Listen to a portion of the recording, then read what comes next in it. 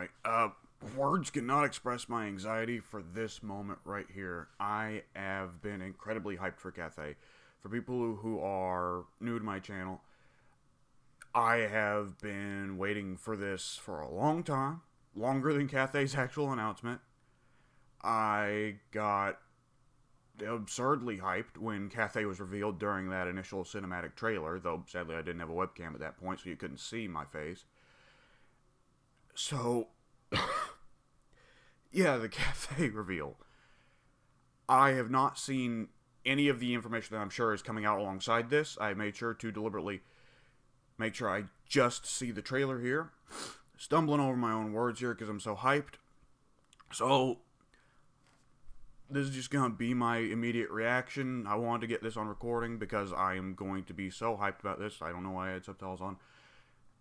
So if I get a lot of information wrong about what Cathay is going to end up looking like after this, like, I'm probably going to be stopping and pausing to speculate about things when they pop up, and if I'm wrong about things afterwards, just understand I was going off of pretty well no information aside from what was already existing in the tabletop up until this point. For returning viewers, sorry for the absence. We've still not got things under control, but hopefully things will be fixed soon, and I can get back to making videos regularly. Sorry about that. And sorry if my hair is a bit messy and all that, but oh boy, here we go. Here we go.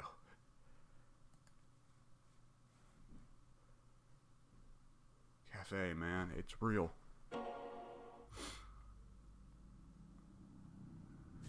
From the stars came the will to shape fate, hurling this world. Ooh, so that's what the Grand Bastion looks like. A very definitely, like, okay, I've not watched much Avatar The Last Airbender, only a bit, but that seems like a very Avatar The Last Airbender aesthetic. I don't know who this is. She's new, which isn't a surprise. They're going to have to make some new characters.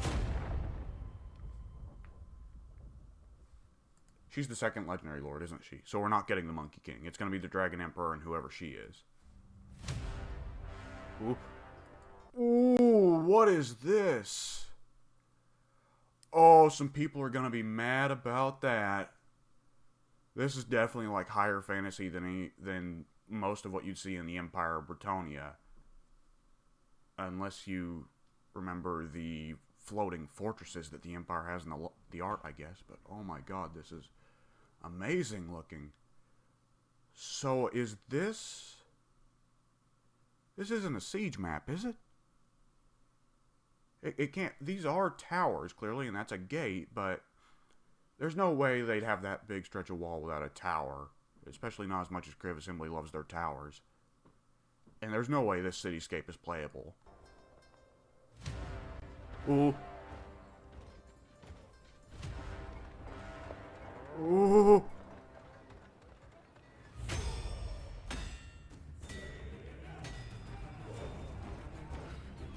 Okay, I have to pause, I'm sorry, but oh my god. Okay, so I'm going to assume that's Cathay's hero unit. So unlike Kislev, Cathay will have just a regular beatstick unit, and we've got what looks like an elite halberd unit. An elite halberd unit with shields. Oh my god, this is real.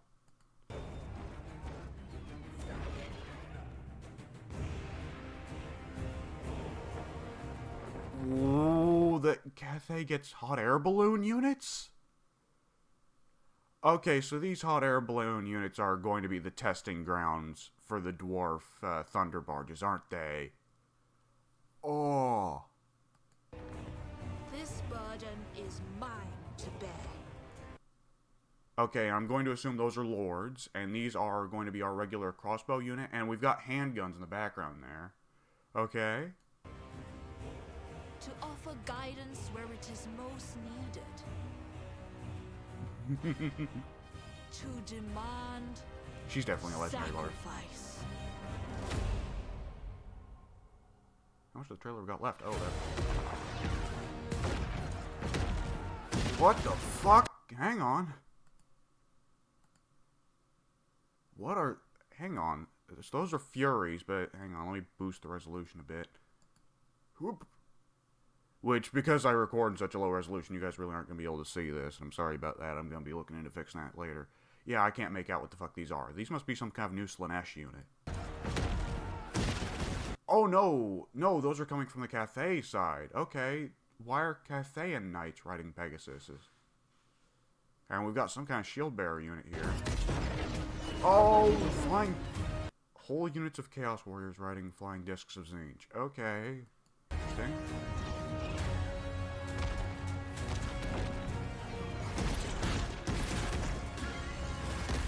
So this is all...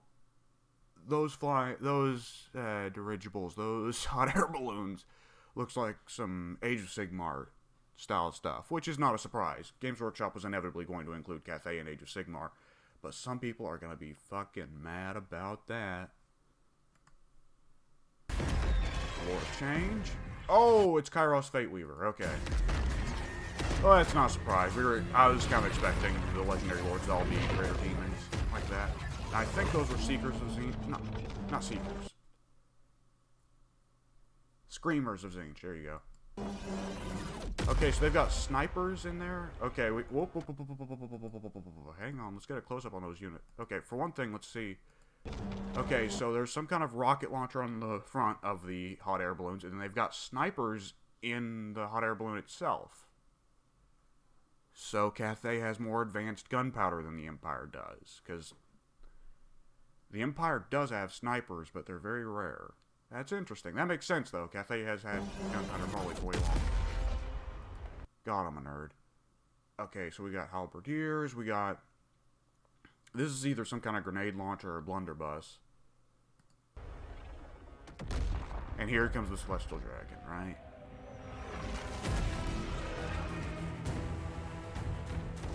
For I am ruler of the northern provinces. Okay, she says, I am the ruler of the northern provinces. So this lady's going to be starting out in Wei Jin instead of the Dragon Emperor. Or she could be leading a bunch of Cathayan colonies north of the Grand Bastion. Because Katarin is probably not going to be starting out in Kislev. She's probably going to be starting out in the Chaos Wastes. In fact, if she starts out in the Chaos Wastes, then it looks like the Warhammer 3 campaign map may just be Chaos Wastes, which would be strange. Northern provinces. Okay, we got blue horrors. Okay, so blue horrors and pink horrors are going to be separate. I can't imagine that the pink horrors are going to actually make blue horrors when they die like they do in the tabletop, but still, that makes sense. Zinj is going to need more units. Zinj gets access to Forsaken. Terracotta Automatons! The Great Bastion.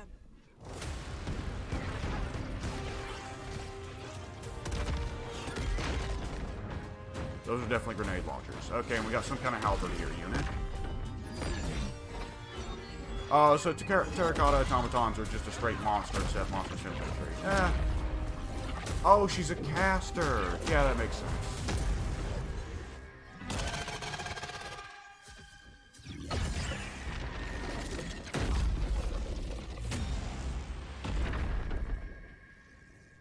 Supreme Matriarch of Nangao. Nangao. Okay, so that's just new lore entirely. And she starts out in Nangao, while then the Dragon Emperor starts out in Wei Jin. Those are bizarrely close start positions. I kind of figured part of the thing with...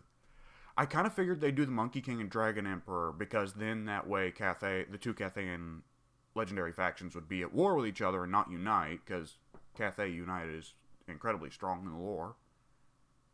And partly because I figured Monkey King could probably be put in the southern provinces of Cathay, where the Dragon Emperor could be put up north, and so they wouldn't fuck with each other too much early in the campaign, but would inevitably come to conflict over Cathay. That is entirely wrong, apparently. We're going to have the two Legendary Lords probably start next to each other, then. If she's starting out in Nangao, and the Dragon Emperor is very distinctly associated with Wei Jin.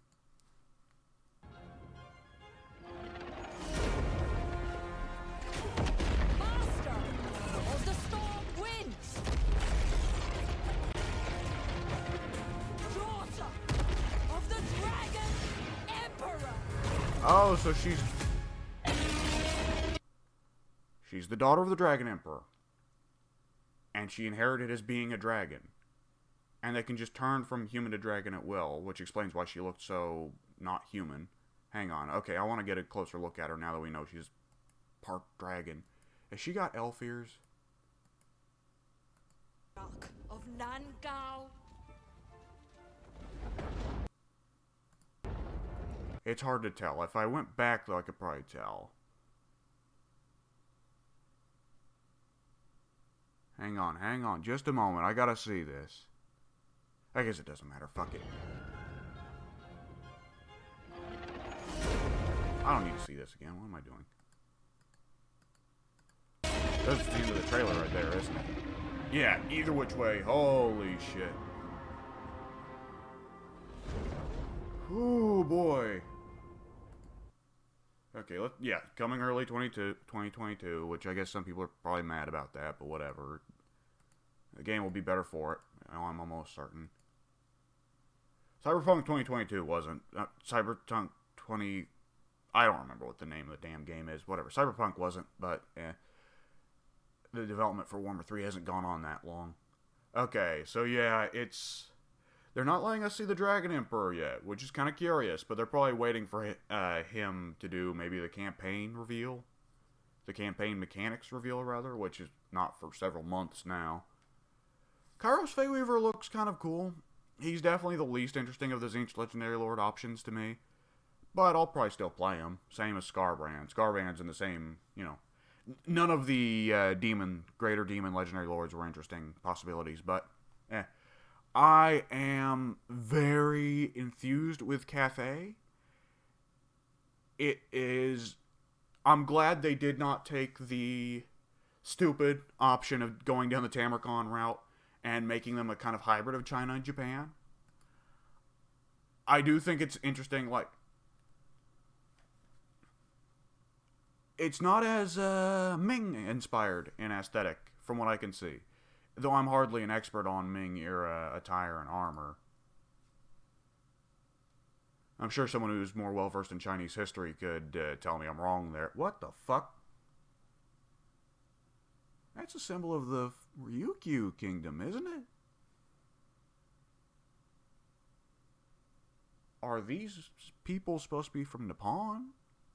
Is that a little hint towards Nippon? Maybe it was just that they recycled logo just because Games Workshop wasn't feeling like it. It wouldn't be the first time Games Workshop just straight up ripped off something in real world rather than basing it off of it. One of the Hung tribes to the north of Cathay in the lore is named the Manchu. Just straight up, the Manchu. Oh my god, this is amazing. I cannot wait for the roster reveal. Whew. Yes, sir, because how many units do we even see in this video? We see one unit of heavily armored halberdiers with no shields, one unit of lesser armored halberdiers with shields. Let me go ahead back to them. Hang on. So we see two, I assume we see a Lord type, a Lord caster, a hero type, whoever this guy is. This guy looks like an Ottoman sultan, or like a janissary. That's kind of weird. We got, one heavily armored set of guys with pole arms. I'm surprised no infantry with Guandaos, I think they're called, pole arms. And instead we got halberds. And this is supposed to be more of kind of a Han era armor, isn't it? I thought the Ming kind of had the kind of draping armor. Okay, we've got a peasant spearman unit back here. We've got what I assume is a mid-tier halberdier unit with shields here, and a high-tier halberdier unit with no shields here. That's interesting. So we've got kind of it's not a straight upgrade. These guys might be a little bit weaker to missiles than these guys. These guys are going to be able to take armor-piercing fire a little better. Interesting. Okay. And hang on. Let's go back further still. Okay, so what are these ladies carrying? So they've got some kind of unit of all women. Those are grenade launchers. Those are definitely grenade launchers, because when the lines met later on in the trailer. And they've got an ox-drawn cannon. So fast artillery is going to be part of the name of the game with the human factions Warhammer 3. Presumably this is going to be cheaper than the little Grom, so that Cathay isn't, as gimped for artillery as Kislev is. Which makes sense. Kislev is supposed to be fairly aggressive when playing against other ranged heavy factions, but Cathay should be a bit more defensive.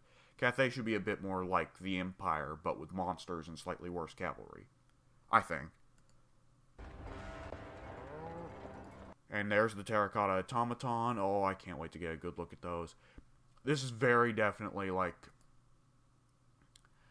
Creative Assembly, I think, definitely put the research they would have been doing... Like, the idea that they would have directly poured over Three Kingdoms assets, I think, was a bit silly.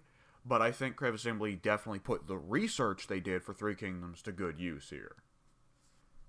And man, come to think of it, I hope that when Three Kingdoms 2 comes around, that Creative Assembly, like, the DLCs won't just be add-ons to the main campaign, but, like, what if they did, like, oh, fuck me, that's a whole nother thing entirely, what they're going to do with Three Kingdoms 2.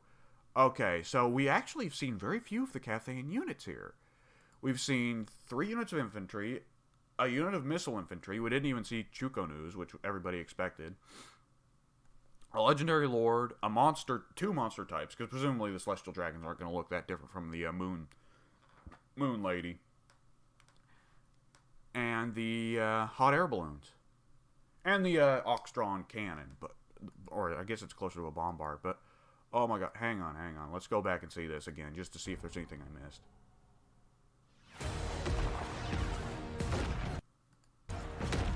Okay, hang on. What I'm going to do is I'm just going to mute it. And this video is surely running a bit long now, but fuck it. Let's see. Playback speed. I muted it so it won't make the goofy slowdown noise. Okay. So yeah, we've got Furies and Chaos Warriors riding Discs of Zinj. That's a whole new unit, but I'm sure it'll be fine. Okay, we've definitely got Cathayan Knights riding some kind of Pegasus. I'm not sure I'm big on Cathayan Knights riding Pegasus. That's kind of ripping off Bretonnia, but then again, I guess those horses may not be Pegasus. They may be Kylan, which would be a bit disappointing for the Kylan to have wings instead of, you know, flying through magic like they do in the actual Chinese mythology. But, I mean, I do recognize, you know, assets are limited, and it was also probably a thing of Games Workshop wanting to link Cathay to existing lore, and just having Kylan be a different breed of Pegasus would make sense from a lore perspective. I definitely want to get a closer look at a lot of these units, though, especially that unit, because we can't see it very well at all in the dark.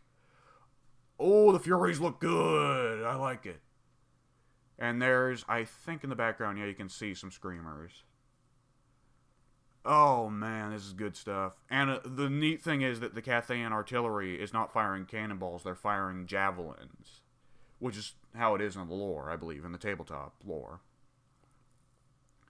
Oh, this is exciting stuff. Like, the settlements are crazy high fantasy, which I think some people are gonna get mad about that, but Cathay has always been, you know, a tier above every other good faction in Warhammer, kind of to make up for the fact that they have to deal with way more bullshit than anyone else. Like, the size of the Grand Bastion, Cathay's got to be dealing with chaos invasions that dwarf those that go to Kislev, even. So them being crazy high fantasy, I don't think should really bother people, because it's like, you know, it's still balanced, I guess. In aesthetic, they don't seem to be particularly, they seem to fit within Warhammer fantasy, which is what I was hoping for. I was hoping that they wouldn't be crazy over the top Age of Sigmar aesthetic in terms of units, because those would look really out of place. The units don't look that over-designed either, which I really like. Well, I don't know the exact dynastic period that the units have been based off of, because like I said, I'm not that big of an expert on Chinese history. It does nonetheless, look like, you know, they didn't just make up bullshit. You know, Games Workshop didn't just try and go for a vaguely Chinese aesthetic, but rather did try and base the units off of actual real-life Chinese historical armors and weaponry. Ooh, I cannot wait to get my hands on these guys. Oh, Zinj has generic chaos spawn. Ooh, that's gonna make some people mad. The fuck are these? Those aren't Seekers. Those are some kind of weird tentacle birds. That's super on brand for Zinch, but... Ooh, okay, yeah. Oh, this is definitely in the northwest of Cathay, because I just looked at the ground. The ground is sand. They're somewhere in like a desert.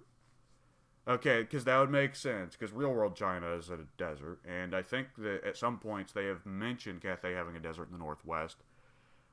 I don't remember what it's called though, but it's heavily irradiated because of the Great Maw. Okay, so that's what it's going to be, is that the Dragon Emperor then is going to start in more kind of idyllic grasslands, while this lady's going to start in Cathay's deserts. Okay, that's cool. It makes sense the Grand Bastion would have different holds there. So Nangao must be one hold that's guarding the Grand Bastion, Wei Jin another. This lady is a metal caster, it looks like. Cathay having the lore of metal isn't a surprise, but we all know Cathay's big lore is probably going to be the lore of heavens. And they're probably going to get the lore of Tempest as well. Just because, you know, they wouldn't make two lores for Ice Witches just to have them both be exclusive to Ice Witches. Lore of Ice is almost certainly going to stay exclusive, but Lore of Tempest, probably not. Cathay's probably going to get it. And maybe a couple DLC factions as well, because who knows what Nippon or End would look like. If they do Nippon or End, which I certainly fucking hope they do. Alright, so let's see. I think that's pretty well all I've noticed. I'm sure there's all kinds of tiny details. She has human ears. Okay. She's not got elf ears. Which is probably what I should have expected. I just kind of figured, like, dragons would probably try to imitate elves because of the ancestral connection. But I guess it makes sense, especially because Cathay and dragons probably haven't interacted with elves in a long time. She looks a lot like a dark elf. It's kind of crazy. Okay, yeah. Hype train is a-rollin'. And, thank you guys for watching. Hope you enjoyed the video.